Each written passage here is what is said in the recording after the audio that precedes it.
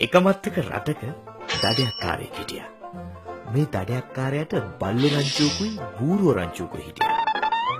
දඩයක්කාරයා දඩයම් කරන සත්තුන්ව හොයාගෙන යන්නේ බල්ලෝ.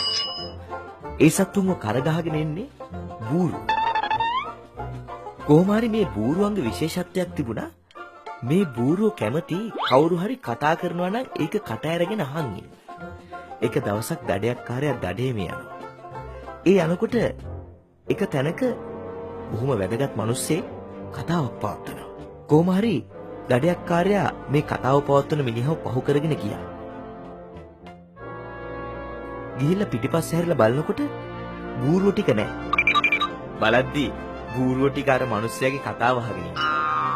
කට ඇරගෙන අර මිනිස්සයාගේ කතාව අහගෙන ඉන්නවා. තාමත් බූරුවෝ ටික ඒ කතාව අහගෙන. අනේ ඉතින් තාමත් බූරුවෝ ටික ඒ කතාව අහගෙන ඉන්නවනේ. මේ බූරුවන්ට මෙච්චර කියලා තේරුන්නේ නැහැනේ. තාම ඒ කතාව අහගෙන ඉන්න. ඔය අයියෝ ඔය ඇති. මේ අහලා නැති බූරුවන්ට මේක කියන්න එපා. ඒගොල්ලන්ටත් අහන්න මේක හොඳට ෂෙයා කරන්න ඈ.